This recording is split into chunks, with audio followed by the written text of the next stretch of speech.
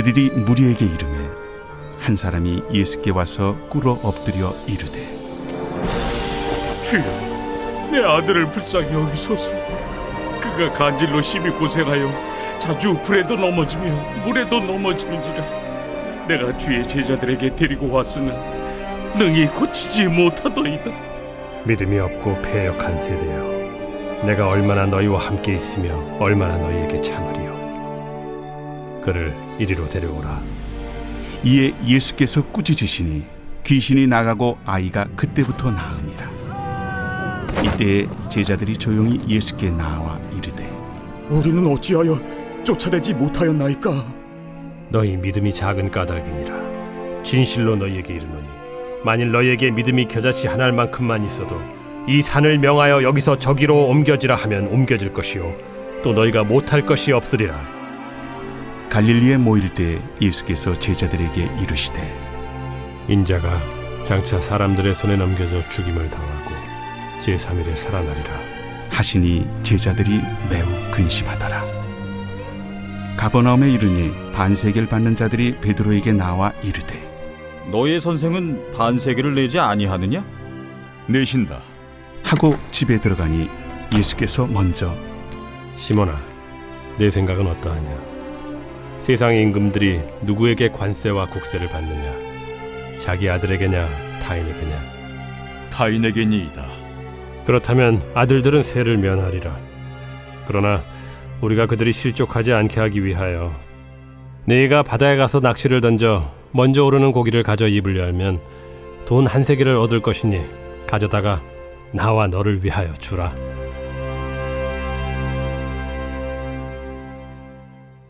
오늘은 믿음이 작은 까닭이니라 라는 제목으로 하나님의 말씀을 증거하도록 하겠습니다. 예수님과 세 명의 제자가 변화산에서 놀라운 영광을 체험하는 장면을 어제 우리가 살펴봤습니다.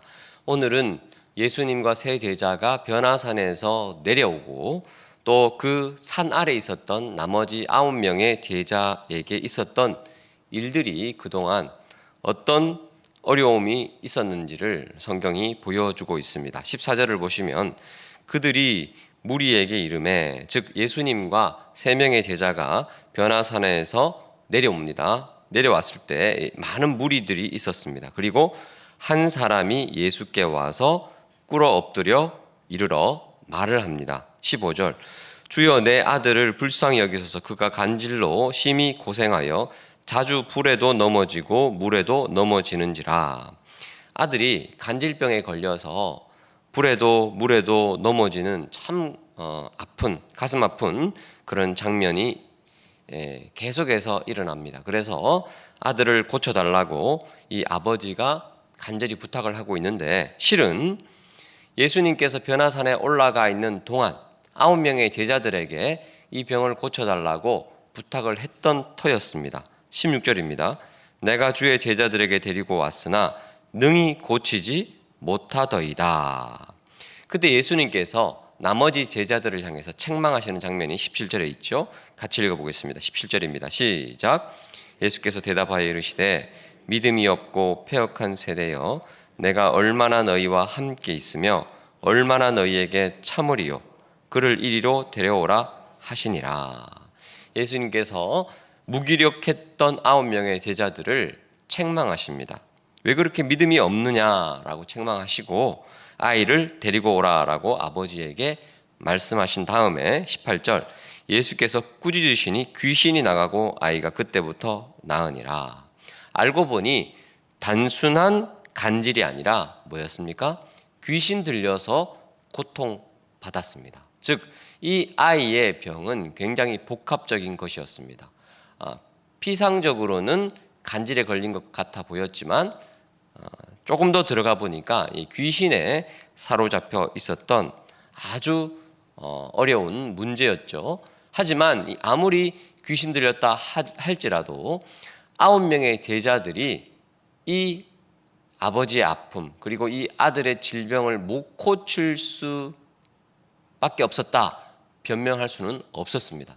왜냐하면 마태복음 10장 1절을 보시면 예수님께서 이미 12 제자들에게 더러운 귀신을 쫓아내며 모든 병과 모든 약한 것을 고치는 권능을 주시니라 라고 분명히 말씀을 하셨습니다. 마태복음 10장 1절 그리고 8절에서 이미 제자들은 귀신을 내어 쫓고 병을 고치는 권능을 예수님으로부터 부여받았습니다.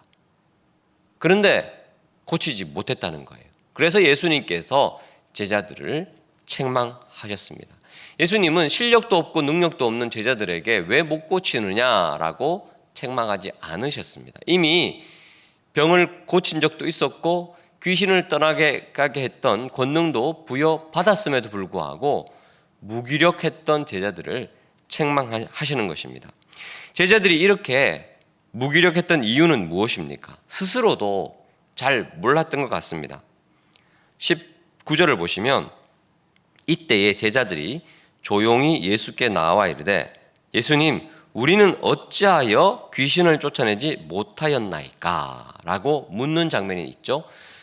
이 말을 토대로 우리가 유추해 보면 예수님께서 변화산 위에 올라가 계셨을 때 산 아래에서 아버지가 아들을 끌고 와서 제자들에게 고쳐달라고 부탁했을 때 제자들은 아마 기세등등하게 데리고 오라고 우리 충분히 고칠 수 있다고 얘기했던 것 같습니다. 그래서 축사도 하고 또 병을 고치기 위해서 안수기도도 하고 했을 겁니다. 하지만 귀신이 떠나가지 않는 겁니다. 병이 고쳐지지 않는 겁니다. 쩔쩔매고 있을 때 그때 예수님이 나타나셔서 그들의 믿음 없음을 책망하신 것입니다. 자, 예수님께서 어떤 방책을 해답을 제시하시죠. 20절입니다. 20절 같이 읽어보겠습니다. 시작. 이르시되 너희 믿음이 작은 까닭이니라. 진실로 너희에게 이르노니 만일 너희에게 믿음이 겨자씨 한 알만큼만 있어도 이 산을 명하여 여기서 저기로 옮겨지라 하면 옮겨질 것이요 또 너희가 못할 것이 없으리라. 아멘. 제자들이 병을 고치지 못하고 귀신을 쫓아내지 못했던 이유가 어디 있습니까? 바로 믿음이 작았기 때문입니다. 믿음이 작아도 너무 작았기 때문입니다. 겨자씨 한 알만큼 믿음만 있어도 산을 옮길 수 있을 텐데, 여기서 산을 옮긴다라는 말은 구약에 자주 나오는 하나님은 능치 못하실 일이 없다라는 그 표현과 똑같습니다. 겨자씨 한 알만큼 작은 믿음이 있어도 얼마든지 놀라운 기적을 일으키실 수 있을 텐데 제자들은 이 작은 믿음도 없었다는 것입니다. 사랑하는 여러분, 믿음이란 무엇입니까? 믿음은 내 속에 있는 능력이 아니라 예수님에게 능력이 있다는 것을 신뢰하는 것입니다. 나에게는 실력이 없고 나에게는 지혜가 없고 나에게는 귀신 쫓아낼 능력이 하나도 없지만 하지만 우리 하나님에게는 그 능력이 있습니다라고 고백하고 신뢰하는 것, 그것이 바로 믿음이라는 것입니다. 제자들에게는 이 믿음이 없었습니다. 무엇이 있었습니까? 나 예전에 귀신 쫓아냈었지. 옛날에 병을 고쳤었지. 자신의 능력을 의지했던 것입니다. 제자들은 과거에 했던 어떤 기적, 능력, 체험, 경험, 그것을 더 신뢰했다는 것입니다.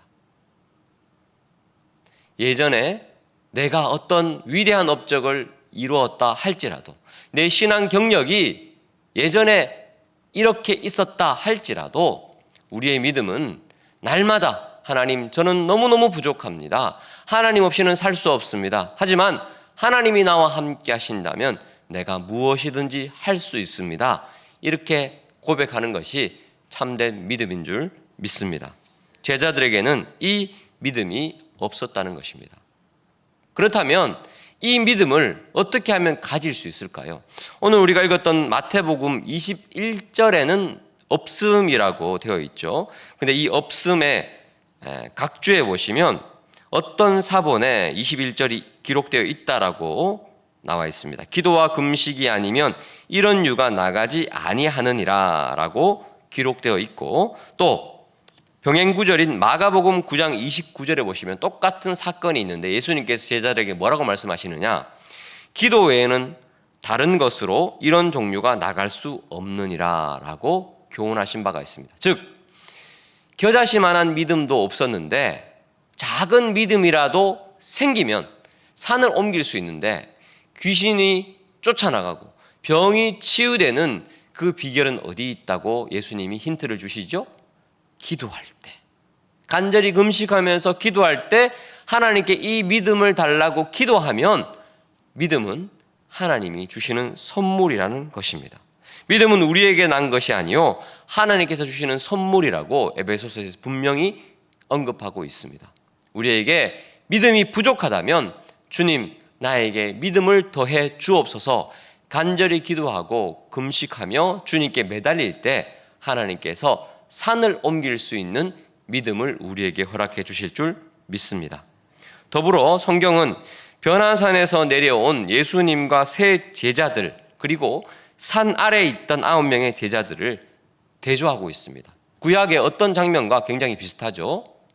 바로 시내산에서 모세가 하나님의 율법을 가지고 내려올 때 그 산 아래에 이스라엘 백성들이 타락해서 금송아지 우상을 숭배하던 장면과 굉장히 닮아 있습니다. 즉, 산 위에서 주님을 만나고 은혜를 경험하고 하나님의 영광을 체험했던 제자들이 예수님과 함께 내려왔을 때는 산 위에서 내려온 예수님 공동체는 산 아래에 있었던 병든 세상, 귀신 들린 것과 같은 그 참 혼란한 세상을 고칠 수 있는 능력이 있다는 것입니다. 우리가 기도하고 주님께 매달리고 믿음을 달라고 주님께 매달리는 것이 무엇입니까? 바로 변화산에서 변화를 체험하는 것과 같다는 것입니다. 주 안에 사랑하는 성도 여러분, 이 귀신 들린 것과 같은 세상, 참 혼란한 카오스 같은 이 세상에서 어떻게 하면 우리가 예수님의 권능을 힘입고 믿음으로 이 병든 세상을 고치고 치유하고 회복시킬 수 있겠습니까? 변화산에서 놀라운 은혜를 체험했던 베드로를 비롯한 세 제자처럼 우리가 기도함을 통해서 주님의 은혜를 받아 믿음을 부여받아 변화받을 때 우리가 이 병든 세상을 고치고 치료해 줄 수 있을 줄 믿습니다. 그 은혜를, 그 믿음을 간구하는 오늘 이 아침이 되시기를 예수 그리스도 이름으로 축원합니다.